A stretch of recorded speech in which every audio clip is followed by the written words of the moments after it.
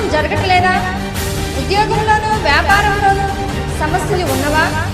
దేవుని కాపుదల కావాలని కోరుకుంటున్నారా?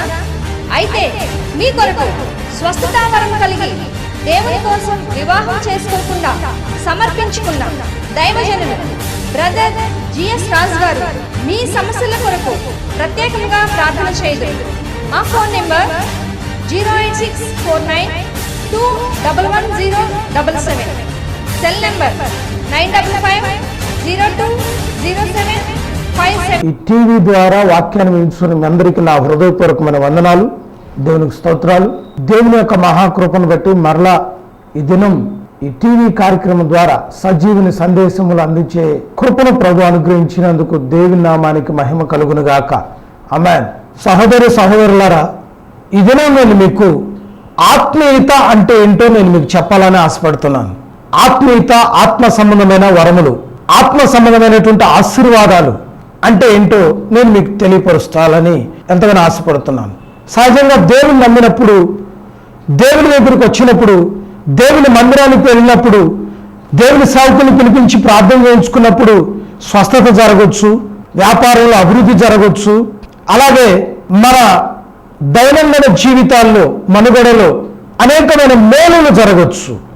ఇదంతా ఒక సందర్భం, ఒక పరిస్థితి. కానీ వీటన్నిటినీ ఆత్మ సంబంధమైన ఆశీర్వాదం అని కానీ, ఆత్మ సంబంధమైనటువంటి మేలులని కానీ చెప్పడానికి వీలు పడదు. దాన్ని నేను మీకు చెప్పాలని ఆశపడుతున్నాను. ఇప్పుడు ఆత్మ సంబంధమైనది, శరీర సంబంధమైనది, ఈ రెండు మీకు వ్యత్యాసం కనపడితేనే కానీ ఆత్మ సంబంధమైనటువంటి ఆశీర్వాదాన్ని మనం ఎలా పొందుకుంటామనేది మీకు అర్థమవుతుంది. భూ సంబంధమైనటువంటి ఆశీర్వాదం వేరు, ఆత్మ సంబంధమైనటువంటి ఆశీర్వాదం వేరు. భూ సంబంధమైనటువంటి ఆశీర్వాదం అంటే ఇల్లు కట్టుకోవడం, స్థలాలు కొని, మోటార్ వెహికల్స్ 4 వీలర్స్ కానీ, 2 వీలర్స్ కానీ, 6 వీలర్స్ కానీ, 8 వీలర్స్ కానీ, 10, 12 ఇట్లా వీలర్స్ కొనుక్కోవడం, ఆ తర్వాత చక్కగా మనకిష్టమైనటువంటి వారిని వివాహం చేసుకోవడం, లేకపోతే కుటుంబ జీవితాల్లో అందరూ సంతోషంగా ఉండడం, శరీరానికి కావాల్సిన ప్రతి అవసరాలు తెచ్చబడడం, ఇవన్నీ భూ సంబంధమైనవి. మరి ఆత్మ సంబంధమైనటువంటి ఆశీర్వాదం అంటే, ఆత్మీయత అంటే ఏంటి? ప్రియమైన దేవుని బిడ్డలారా, ఒకసారి మనం ఆలోచిస్తే దేవుని వాక్యం ఏం చెప్తుందో మనం గ్రహించాలని ప్రభుపేట మనం చేస్తున్నాం. ఎఫెసీయులకు రాసిన పత్రిక 1వ అధ్యాయం 3వ వాక్యం చదువుకుందాం. మన ప్రభువైన యేసుక్రీస్తు యొక్క తండ్రి యొక్క దేవుడు స్తుతింపబడునుగాక. ఆయన క్రీస్తునందు పరలోక విషయములో ఆత్మ సంబంధమైన ప్రతి ఆశీర్వాదమును మనకు అనుగ్రహించెను. ఈ మాటను మీరు బాగా గమనించండి. యేసుక్రీస్తునందు పరలోక విషయములో ఆత్మ సంబంధమైనటువంటి ప్రతి ఆశీర్వాదము, పరలోక విషయంలో ఆత్మ సంబంధమైన ప్రతి ఆశీర్వాదం అంటే ఆత్మీయత అంటే ఏంటి అనేది ఇక్కడ డివైడ్ చేయబడి, ఆత్మ సంబంధమైనటువంటి ఆశీర్వాదాలు ఏంటి అనేది ప్రత్యేకించి చెప్పడం జరుగుతుంది. ఇక్కడ ఆత్మీయ ఎదుగుదల, ఆత్మీయ అభివృద్ధి, ఆత్మీయ ఆశీర్వాదం, ఆత్మ సంబంధమైనటువంటి పనులు, ఇవన్నీ ఒక పార్ట్. భూ సంబంధమైనటువంటి ఎదుగుదల, ఆశీర్వాదం, అభివృద్ధి, ఇదంతా ఒక పార్ట్. ఈ రెండింటిని ఈ రోజుల్లో కలపడం వల్ల ఏది ఆత్మ సంబంధమైందో, ఏది భూ సంబంధమైందో గ్రహించలేని పరిస్థితి. సహజంగా చూడండి, యేసు ప్రభు నమ్మక మునుపు, యేసు ప్రభుని గురించి విన్న తర్వాత, యేసు ప్రభు నమ్ముకొని చర్చికొచ్చి బాప్తిసం తీసుకుంటే మేలులు జరుగుతాయనే నమ్మకంతో వస్తారు. కానీ సంవత్సరాలు గతించిన కొలది వారి జీవితాల్లో శరీర సంబంధంగా, భూ సంబంధంగా మేలులు, ఆశీర్వాదానికి బదులు ఇంకా దుఃఖము, ఇంకా వేదన, ఇంకా ఎక్కువ శ్రమలే కలగడం వల్ల అనేకులు దేవుని విడిచిపెట్టి మరలా పాత విధానానికి, అంటే అన్యులుగా విగ్రహారాధికులు ఉన్నారు, దేవుని నమ్మి చివరికి మరలా అదే స్థితికి వెళ్తున్నారు. ఎందుకని ఇలా చేస్తున్నారు అంటే సరైన అవగాహన లేకే, లేదా లోకంలో పాపంలో పుట్టుక క్రైస్తవులు అని చెప్పుకుంటున్నప్పటికీ మరలా లోకంలో పాపంలో పడిపోతున్నారు. ఎందుకని వాళ్ళు అంటున్నారు, మేము ఈ శ్రమల్ని, శోధనల్ని, బాధల్ని, కష్టాలని తట్టుకోలేకపోతున్నామండి, దేవుని దగ్గరికి వస్తే మాకు ఇవన్నీ తెచ్చబడతాయని మేము ఆశతో వచ్చామండి, బాప్తిసం తీసుకున్నాం, దేవుని మందిరానికి వెళ్తున్నాం అని చెప్తున్నారు. వాళ్ళు బాగా పరిశీలించినప్పుడు నాకు అర్థమైంది అది. కానీ దేవుని వాక్యం ఏం చెప్తుందో అది అర్థం కాకనే, అది తెలుసుకోలేకనే వాళ్ళు మరలా పాత స్థితికి, పాత బ్రతుక్కి, పాత విధానానికి వెళ్ళడం జరుగుతుందని దేవుని వాక్యంలో చాలా స్పష్టంగా అర్థమవుతుంది. ఇక్కడ ఈ వాక్యాన్ని గమనించండి. పరలోక విషయంలో యేసుక్రీస్తు ఆత్మ సంబంధమైనటువంటి ఆశీర్వాదాల్ని అనుగ్రహించెను అంటున్నాడు. అనుగ్రహించును అంటలా, అనుగ్రహించెను అని అంటున్నాడు. అంటే ఆల్రెడీ అయిపోయింది, వర్క్ చేసేసాడు. అంటే దేవుడు అనుగ్రహించేశాడు. ఇంకా అనుగ్రహిస్తాడని చెప్పట్లేదు, అనుగ్రహించబడుతుంది అని చెప్పట్లేదు, ఆల్రెడీ ఇచ్చేశాడు. ప్రియమైన దేవుని బిడ్డలారా, ఈ ఆత్మీయత అంటే ఏంటో తెలిస్తే ఆత్మ సంబంధమైన వారిని ఏంటో తెలుస్తుంది. అది తెలిస్తే దేవుడు ఎలా అనుగ్రహించాడనేది తెలుస్తుంది. అప్పుడు మనము దాన్ని అనుభవించేదానికి పాత్రులంగా ఎంచబడతాం. ఇది గ్రహించలేనప్పుడు భూ సంబంధంగా కలిగే శ్రమల్లో, శోధనలో, ఇరుకుల్లో, కింద పడుతూ పైన పడుతూ నానా విధమైన కలవరాలతో కృంగిపోయి చివరికి యేసు ప్రభు దగ్గరికి వచ్చిన, చర్చికి వచ్చిన, పాస్టర్ గారు వచ్చి ప్రార్థన చేసిన, లేదా మనం వెళ్ళి ప్రార్థన చేయించుకున్నా, లేకపోతే బాప్తిసం తీసుకున్నా, ఆ తర్వాత పరిశుద్ధాత్మ కొరకు కనిపెట్టిన భూ సంబంధంగా, శరీర సంబంధంగా వ్యాధులతోనూ, బాధలతోనూ, శోధనలతోనూ, ఇరుకులతోనూ కృంగిపోవాల్సిన పరిస్థితి ఏర్పడుతుంది. ఇప్పుడు శరీర సంబంధమైనది నేను మీకు చెప్తాను. శరీర సంబంధమైన అభివృద్ధి, శరీర సంబంధమైనటువంటి మనస్సు, శరీర సంబంధమైనటువంటి క్రియలు, శరీర సంబంధమైనటువంటి లాభ నష్టాలు, మనం నడిచే విధానం ఏంటో నేను మీకు చెప్తాను.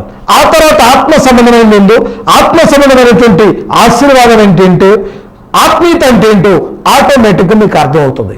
గమనించండి, దేవుని మందిరానికి వెళ్ళే వాళ్ళు, దేవుని నమ్మినటువంటి వారిలో ఇది చాలా విపరీతంగా 100% సాతాను ఈ విధంగా క్రియ చేస్తూ వారిని గుడ్డి వారిని చేస్తుంది. ఈ శరీర సంబంధం అనేది మనస్సు ఖచ్చితంగా సంఘాల్లో, సేవకుల్లో ఖచ్చితంగా ఉంటుంది.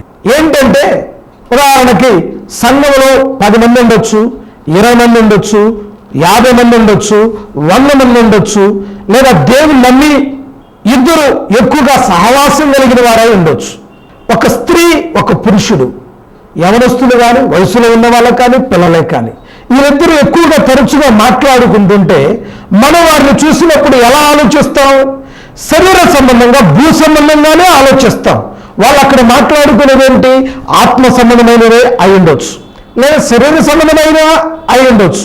వాళ్ళు ఏం మాట్లాడుకుంటున్నారో మనం వినే అంతవరకు కూడా మన మనస్సు ఎలా వెళుతుంది? భూ సంబంధంగానే వెళుతుంది.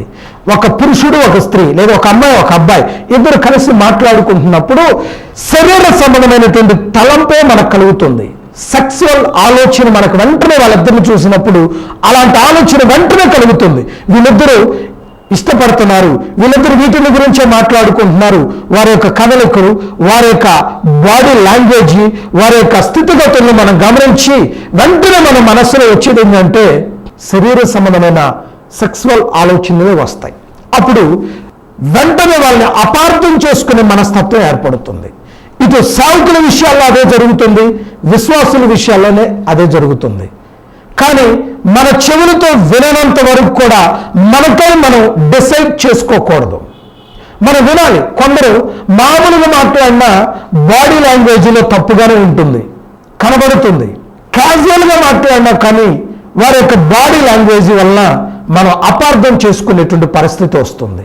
కనుక ఈ శరీర సంబంధమైనటువంటి మనస్సు కలిగిన వారు శరీర సంబంధమైన వాటి ఎందే మనస్సు ఉంచుతారని గలతీ పత్రిక 5వ అధ్యాయం 16వ వాక్యం నుండి మనం చదివితే అక్కడ చాలా స్పష్టంగా రాయబడి ఉంది. శరీర కార్యాలు, జారత్వం, అపవిత్రత, కామకత్వం, విగ్రహారాధన, క్రోధము, కక్షలు, అసూయ, వ్యభిచారం, ఇలా అనేకమైన విషయాలు చాలా స్పష్టంగా పౌలు గలతీ సంఘానికి చెప్తూ వచ్చాడు.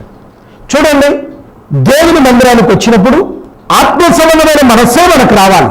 ఎదుటి వ్యక్తితో మనం మాట్లాడేటప్పుడు ఆత్మ సంబంధమైన ఆలోచనలే మనకు రావాలి. భూ సంబంధమైన ఆలోచనలు, శరీర సంబంధమైనటువంటి ఆలోచనలు మనకు వచ్చినప్పుడు మనము ఆత్మీయతలో లేవని, ఆత్మీయ అభివృద్ధి కలిగి లేవని అక్కడ చాలా స్పష్టంగా కనపడుతుంది. దురాలోచన, వ్యభిచారం, కామకత్వం, విగ్రహారాధన, కక్షలు, మమతలు, భేదాభిప్రాయాలు, ఇవన్నీ కూడా శరీర సంబంధమైనవి. కుళ్ళు, కుట్ర, కుచితం, సహించలేని తత్వం, వారలేనటువంటి మనస్తత్వం, ఇవన్నీ శరీర సంబంధమైనవి. సంఘాలు ఎందుకు విభజించబడుతున్నాయి? అనేక మంది పాస్టర్లు ఎందుకు ఇంటికి ఒక చర్చి, వీధికి ఒక చర్చి పెట్టాల్సి వస్తుంది? సంఘానికి వెళ్ళే వాళ్ళు ఎందుకు ఇవి భేదాలు కలుగుతున్నాయి అంటే ఈ శరీర సంబంధమైనటువంటి మనస్సు ఉండడం వల్ల అని పౌలు సూటిగా చెప్తున్నాడు. ఇది గ్రహించలేనటువంటి వారు సంఘాల్లో ఎమ్మరలేరు, సేవకుల మధ్యలో సంచరించలేరు, ఆత్మీయంగా ఎదగలేరు. దీనివల్ల లోకంలో ఎలా ఉందో సంఘంలో అలాగే ఉందని చెప్పి వెనకబడిపోయేటువంటి వారు, ఆత్మీయ జీవితంలో దిగజారేటువంటి వారు కోకొలలుగా ఉన్నారని దేవుని వాక్యం హెచ్చరిక చేస్తుంది. ఈ మాటను గ్రహించాలని ఆత్మ చెవి కలిగిన వాడు గ్రహించునుగాకని హెచ్చరిస్తున్నాను. శరీర సంబంధమైన మనస్సు చెడ్డ తలంపులతో, చెడ్డ మనస్సుతో, చెడ్డ ఆలోచనలతోనే ఉంటారు. వారు ఎన్నటికీ మార్చబడరు. ప్రార్థన అయిపోయిన వెంటనే ఎదుటి వ్యక్తులు చూసిన వెంటనే వారి లోపల కనబడుతుంటాయి, వారి బలహీనతలు గుర్తొస్తుంటాయి. అలాంటప్పుడు వీరు వారితో ఆత్మీయంగా మాట్లాడలేరు. వారు చేసే పనులను చూసి, వారు మాట్లాడే మాటలను చూసి ఆత్మీయంగా ఆలోచించరు. దానివల్ల మనము ఆత్మ సంబంధమైన ఆశీర్వాదాలు, పరసంబంధమైన ఆశీర్వాదాలు కోల్పోతున్నామన్న సంగతి గ్రహించాలి. సహోదరి సహోదరులారా, ప్రియమైన దేవుని బిడ్డలారా, ఎప్పుడైతే మనం ఈ సత్యాన్ని గ్రహించినట్లయితే శరీర సంబంధమైన భూ సంబంధమైనటువంటి తత్వం ఎలాంటిది, ఆత్మీయత అంటే ఆత్మ సంబంధమైనటువంటి తత్వం ఎలాంటిది అనేది ఇక్కడ తేడా కనపడుతుంది.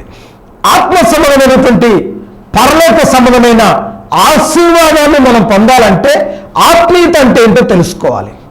సహజంగా దేవుని నమ్మిన ప్రతి ఒక్కరూ, సంపూర్ణంగా అంగీకరించిన ప్రతి ఒక్కరూ క్రమం తప్పకుండా ఆదివారం ఆరాధనకు వస్తారు. సహజంగా మనకు తెలిసినటువంటి ఆత్మీయత ఏంటి? చర్చికి రావడం, క్రమం తప్పకుండా ఆదివారం ఆరాధనలో పాల్పంపులు పొందటం, సంఘ కార్యక్రమాల్లో పాల్గొనడం, చప్పట్లు కొట్టడం, పాట పాడేటప్పుడు, వర్షిప్ అప్పుడు ఆత్మను ఆనందించటం, కళ్ళు మూసి కళ్ళు తెరవకుండా, ఎవరితో మాట్లాడినా తమ్ముడు, అక్క, చెల్లి అని మంచిగా మర్యాదగా ప్రేమగా మాట్లాడడం, సేవకులు వస్తే పరామర్శించి కానుకలు ఇవ్వడం, అన్నం పెట్టడం, వాళ్ళకు సహాయం చేయడం, పరిచర్యకు సహకరించడం, ఇదంతా ఆత్మీయత అనుకొని మోసపోతున్నారు. ఇది కాదు ఆత్మీయత అంటే. ఇది ఒక క్రమం, ఆత్మీయతలో ఒక భాగం మాత్రమే. ఇదంతా ఆత్మీయత, ఇదే ఆత్మీయత అనుకోవడం చాలా తప్పు. లేదా గంటల తరబడి ప్రార్థన చేయటం, బైబిల్ చదవడం, ఇదంతా ఆత్మీయ జీవితంలో, ఆత్మీయతలో ఒక భాగం మాత్రమే. ఆత్మ ఎదుగుచున్న కొలది మనము ఎదగాలని దేవుని వాక్యం చాలా స్పష్టంగా చెప్తుంది. నీ ఆత్మ వర్ధిల్లుచున్న ప్రకారం అన్ని విషయంలో నువ్వు ఎదిగి సౌఖ్యంగాను, సుఖంగాను, క్షేమంగాను అభివృద్ధి చెందాలని చాలా హెచ్చరిక చేస్తున్నాడు యోహాను తన పత్రికలో. ఎందుకని ఈ మాట అన్నాడు? శరీర సంబంధంగా అభివృద్ధి పొంది ఆశీర్వదించబడ్డం వేరు. అంటే మైండ్ మెచ్యూరిటీ, చెడుని చెడుగా, మంచిని మంచిగా వివేకం కలిగి గ్రహించి దాని ప్రకారం మాట్లాడడం, కదలిక. శరీరం కూడా అన్ని అవయవాలు సకాలంలో సక్రమంగా మనం తినే ఆహారాన్ని బట్టి అభివృద్ధి చెంది ఉపయోగకరంగా మార్చబడ్డం. శరీర సంబంధమైన అభివృద్ధి, ఎదుగుదల, ఆత్మ సంబంధమైన అభివృద్ధి, ఎదుగుదల, శరీర సంబంధమైన మనస్సు. అంటే ఎంత బైబిల్ వాక్యం తెలిసినా, ఎంత బోధించే బోధకులు ఉన్నా, బోధించేవారైనా శరీర సంబంధంగా తలంచడం, శరీర సంబంధంగా మాట్లాడడం, శరీర సంబంధంగా వారి యొక్క బాడీ లాంగ్వేజ్ ఎదుటి వారికి అర్థమయ్యేటట్టుగా ప్రవర్తించడం, ఇదంతా ఒక శరీర సంబంధమైనటువంటి తత్వం. ఆత్మ సంబంధమైనటువంటి ఆత్మీయత అది వేరు. ఈ రెండింటికి కలిగినటువంటి వ్యత్యాసం ఏంటో మీరు గ్రహిస్తే మనము శరీర సంబంధమైన వారమా, ఆత్మ సంబంధమైన వారమా అనేది చాలా స్పష్టంగా మీకు అర్థమవుతుంది. ఈ రెండింటికి ఉన్న తేడా మీకు తెలిస్తే మీరు మరలా లోకం వైపు చూడలేరు, మరలా పాపం వైపు చూడలేరు. అప్పుడే మీరు ఆశీర్వదించబడతారు. పరలోక విషయంలో ఆత్మ సంబంధమైనటువంటి ఆశీర్వాదాన్ని మీరు పొందుకుంటారు. దేవుని నామానికి మహిమ కలుగును గాక. హల్లెలూయా. ఈ వాక్యాన్ని చాలా విశదీకరించి వెనక్కి విడదీసి కలిపి మీరు చదివితే మీకు అర్థమవుతుంది. క్రీస్తునందు పరలోక విషయంలో ప్రతి ఆశీర్వాదాన్ని మీకు అనుగ్రహించాడు. పరలోక విషయంలో ప్రతి ఆశీర్వాదం అంటే ఏంటి? పరలోక విషయంలో మనకు ప్రతి ఆశీర్వాదం దేవుడు అనుగ్రహించాడు.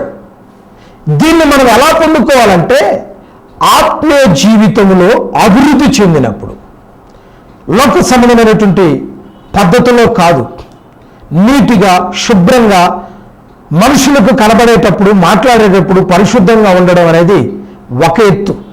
కానీ అంతరంగంగా మన ఆత్మీయంగా మనం ఎంతెత్తుకు ఎదిగాము, ఎలా అభివృద్ధి చెందుతున్నాము, ఎన్ని విషయాలు తెలుసుకుంటున్నాము, ఎన్ని విధాలుగా మనం పరిగెత్తుతున్నాం అనేది అదొక పార్ట్. ఇదొకటి అదొకటి. ఈ రెండు వేరు వేరు అనేది ఎప్పుడైతే మనం గ్రహిస్తామో అప్పుడే మనం ప్రతి ఆశీర్వాదాన్ని పొందుకుంటాం.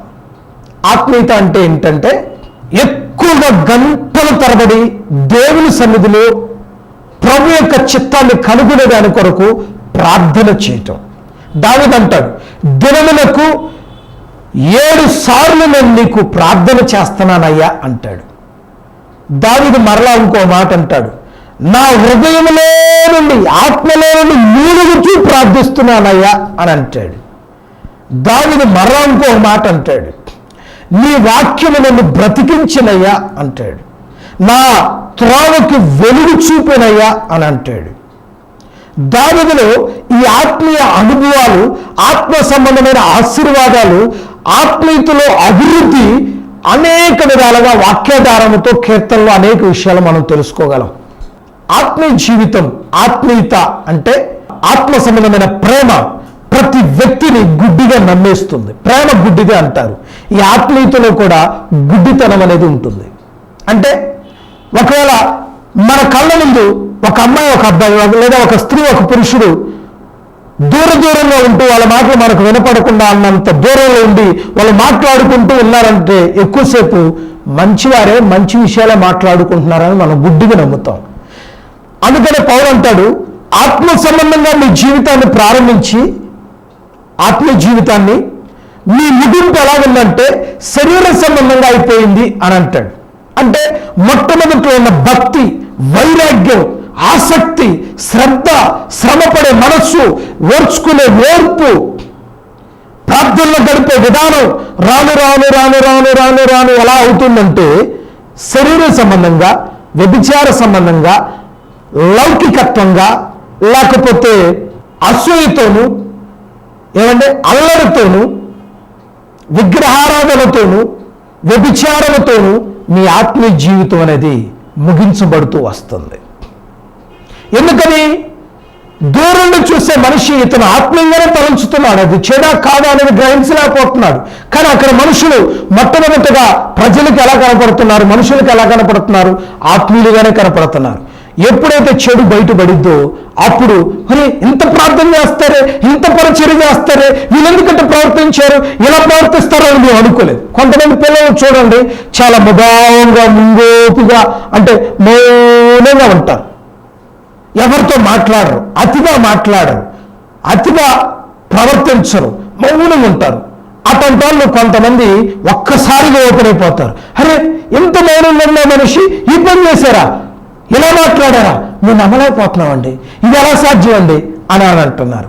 సో అలాగే ఆత్మీయంగా కూడా ఎంతో భక్తిగా ఉండేవాళ్ళు, ఎంతో ప్రార్థనలో ఉండేవాళ్ళు, ఎంతో పరిచయం చేసేవాళ్ళు, ఎంతో లోతైన విషయాలను బాగా బోధించేవాళ్ళు, చివరికి వారి ముగింపు ఎలా అవుతుందంటే శరీర సంబంధంగా ఒక వ్యభిచారంతోనో, ఒక కామకత్వంతోనో, ఒక కుళ్ళుతోనో, ఒక కుట్రతోనో, లేకపోతే అసూయతోనో, అల్లరితోనో, మత్సరముతోనో నిండుకునేదై వారి యొక్క ఆత్మీయ జీవితం ముగింపు మనకు కనపడుతూ వస్తుంది. ప్రియమైన దేవుని బిడ్డలారా, అందుకనే ఆత్మ సంబంధమైనటువంటి పరలోక సంబంధమైన విషయాల్లో దేవుడు మీకు ప్రతి ఆశీర్వాదాన్ని ఇచ్చాడు అని అంటున్నాడు, స్పష్టంగా చెప్తున్నాడు.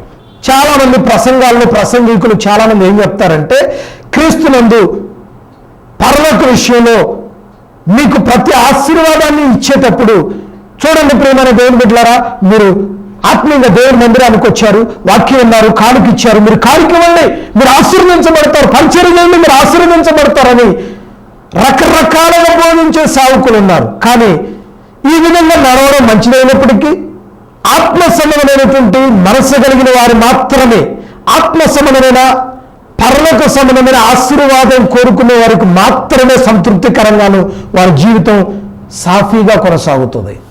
కానీ భూ సంబంధమైనటువంటి శరీర సంబంధమైనటువంటి తలంపులు కలిగినటువంటి వారికి ఈ వాక్యం వినడానికి కొంచెం ఓదార్పు కలిగినప్పటికీ వారి జీవితంలో చాలా వేదన, శోధన, ఇరుకులు, సమస్యలు ఎక్కువతోనే వస్తూ ఉంటాయి. కానీ మరి ఈ వాక్యం కొంతమందికే నెరవేర్పు జరుగుతుంది, మరి కొంతమందికి నెరవేర్పు జరగదు. ఏ వాక్యమైనా అంతే. ఎందుకని ఈ విధంగా అంటే శరీర సంబంధమైనటువంటి మనస్తత్వం వేరు, ఆత్మ సంబంధమైనటువంటి మనస్తత్వం వేరు. శరీర సంబంధమైన ఆశీర్వాదాలు వేరు, ఆత్మ సంబంధమైన ఆశీర్వాదాలు వేరు. శరీర సంబంధమైనటువంటి ఎదుగుదల వేరు, ఆత్మ సంబంధమైన ఎదుగుదల వేరు. శరీర సంబంధమైన అభివృద్ధి వేరు, ఆత్మ సంబంధమైన అభివృద్ధి వేరు. శరీర సంబంధమైన అభివృద్ధి ఎలా ఉంటుందంటే, ఇప్పుడు నీకు పిల్లలు లేరు, తర్వాత పిల్లలు పడతారు. ఇప్పుడు నీ పిల్లలు సరిగా చదవలేకపోతున్నారు, తర్వాత చదువుతారు దేవుని నమ్మిన తర్వాత. ఏమండి, దేవుడి మందిరానికి వచ్చి పరిచర్య చేసిన తర్వాత, లేకపోతే బాప్తిసం పొందిన తర్వాత. నీవు ఒకప్పుడు అద్దెల్లో ఉంటున్నావు, ఇప్పుడు సొంత స్థలాన్ని కొనుక్కొని ఇల్లు కట్టుకుంటున్నావు. ఒకప్పుడు నీకు ఉద్యోగం లేదు, ఇప్పుడు ఉద్యోగం వచ్చింది. ఒకప్పుడు నీకు బండి లేదు, ఇప్పుడు బండి వచ్చింది. ఒకప్పుడు నీకు కారు లేదు, ఇప్పుడు కారు వచ్చింది. ఒకప్పుడు నీకు రాబడిన కొంచెమే, ఇప్పుడు ఎక్కువ వచ్చింది. ఇది భూ సంబంధమైన శరీర సంబంధమైన అభివృద్ధి. కానీ ఆత్మీయంగా ఎలా ఉన్నావు? ఆత్మీయంగా ఎలా అభివృద్ధి చెందుతున్నావు? ఒకప్పుడు నువ్వు దేవుని నమ్మిన క్రొత్తల్లో చాలా వైరాగ్యంగా, ఏమంటే చూడండి, ఎంత వైరాగ్యంగా ఉంటామో అంత కామ సంబంధమైనటువంటి ఆకర్షణ ప్రతి మనిషికి దగ్గరవుతుంది. అప్పుడు మనకేమనిపిస్తుందో తెలుసా? ఛీ అనిపించింది. ఒకప్పుడు మనం ఎప్పుడైతే కోరుకున్న విషయాలు ఉంటాయో, ఆశించిన విషయాలు ఉంటాయో, ఇప్పుడు దేవుల్లో వైరాగ్యంగా ఉన్నప్పుడు అవన్నీ మనకు దగ్గరవుతాయి. ఛీ అనుకుంటాం. ఇప్పుడు మనలో ఆత్మీయత, వైరాగ్యము, ప్రార్థన, అభిషేకం ఎప్పుడైతే తగ్గిపోతుందో అప్పుడు అవన్నీ మనలో కనపడుతూ ఉంటాయి. అప్పుడు నెమ్మదిగా ఆత్మీయంగా దిగజారిన పరిస్థితి ఏర్పడుతుంది. ఇప్పుడు వాటి కొరకు మనమే పరిగెత్తాల్సి వస్తుంది. ఒకప్పుడు మనం మన దగ్గరికి వచ్చినప్పుడు అసహించుకుంటున్నాం, ఇప్పుడేమో మనం పరిగెత్తుతున్నాం. మళ్ళీ ప్రార్థనే, భక్తే, వాక్యమే. చూడండి, ఆత్మీయతలో మనం ఎదిగే కొలది పరలోక సంబంధమైన ఆశీర్వాదం అనేది మనకు అనుగ్రహించబడుతుందన్న సంగతి గ్రహించాలని ప్రభుపేట మనం చేస్తున్నాం. నువ్వు ఆత్మీయంగా ఎదిగే కొలది లోకం నిన్ను ఆ మార్గంలో నుండి తప్పించడానికి శత ప్రయత్నాలు చేస్తూ ఉంటుంది. ఒకప్పుడు నువ్వు అమితంగా దేన్ని ఇష్టపడ్డావో, కామాన్న, డబ్బున, అందాన్న, లేకపోతే ఈ లోక ఘనతన, పదవిన, అవన్నీ నీకు దగ్గరకు వస్తాయి.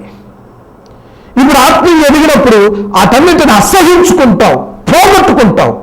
ప్రతి మనిషికి ఒక్కసారి ఛాన్స్ వస్తుంది, రెండోసారి రాదు. సో ఇవన్నీ ఒకప్పుడు నువ్వు లోకంలో ఉన్నప్పుడు కోరుకున్నవన్నీ దొరకనివన్నీ ఇప్పుడు నువ్వు స్పిరిచువల్గా బాగా వైరాగ్యంగా, దేవుడంటే భయపడుతూ, సేవకులంటే భయపడుతూ, ఆత్మీయంగా, నిష్ఠగా, ప్రతిష్టగా, దిట్టగా ఉన్నప్పుడు అవన్నీ నీ దగ్గరికి వస్తాయి.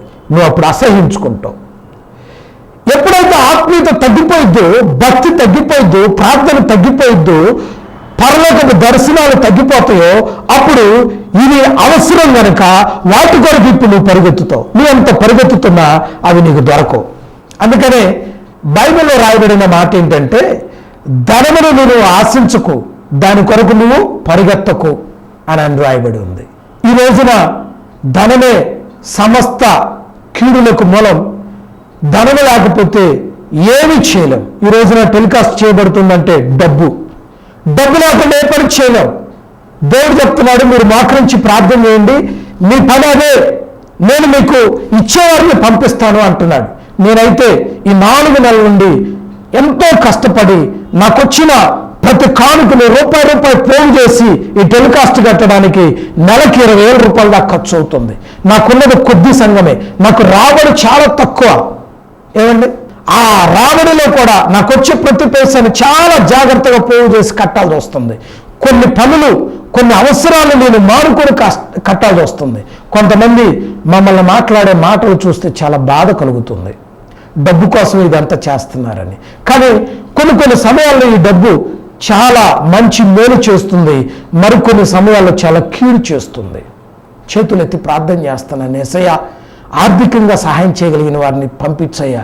నేనైతే ఏ ఉద్యోగం చేయకూడదు, ఏ వ్యాపారం చేయకూడదు, ఏ మోసం చేయకూడదు, ఏ అక్రమం చేయకూడదు, కానీ వారి కష్టార్జితంలో నుండి ఈ టీవీ పరిచర్య కొరకు అనేకులు మీరు లేవనెత్తండి దేవాన్ని ఉపవాసాలతో కన్నీరు కార్చి ప్రార్థన చేయాల్సిన పరిస్థితి. దేవుడిచ్చినటువంటి కృపను బట్టి ఈ రోజున మేము మీకు ప్రకటించగలుగుతున్నాం. కనుక మీరు గమనించండి, ఆత్మీయత, ఆత్మీయ సంబంధమైన అభివృద్ధి, ఆత్మీయ సంబంధమైనటువంటి అనుగ్రహం వేరు, భూ సంబంధమైనటువంటి అనుగ్రహం, అభివృద్ధి, ఎదుగుదల, ఆశీర్వాదం వేరు. ఈ రెండింటికి మీకు తేడా అర్థమైనట్టుంది. గమనించండి. ఇక మీదట ఆత్మీయతని సపరేట్ చేయండి, భూ సంబంధమైన పరిస్థితిని, అభివృద్ధిని, ఎదుగుదలని సపరేట్ చేయండి. అప్పుడు మీకు అర్థమవుతుంది. ఈ మాటలు మీకు అర్థమైనట్లయితే దయచేసి ఇంకా కొన్ని విషయాలు నేను మీకు తెలియపరచాలని ఆశపడుతున్నాను. నెక్స్ట్ వెబ్సైట్లో నేను కొన్ని విషయాలు చెప్తాను. దేవుడు తన మాటలు దీవించునుగాక. మోకరించండి, ప్రార్థన చేసుకుందాం.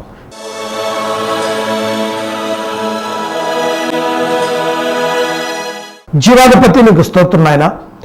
ఆత్మీయత అంటే ఏంటో తెలియపరిచారు. లోక సంబంధమైనటువంటి అభివృద్ధి, ఆశీర్వాదము, లోక సంబంధమైన మనసేంటో, శరీర సంబంధమైన మనసేంటో మీరు తెలియపరిచారు. అలాగే ఆత్మీయత అంటే ఏంటో తెలియపరిచారు.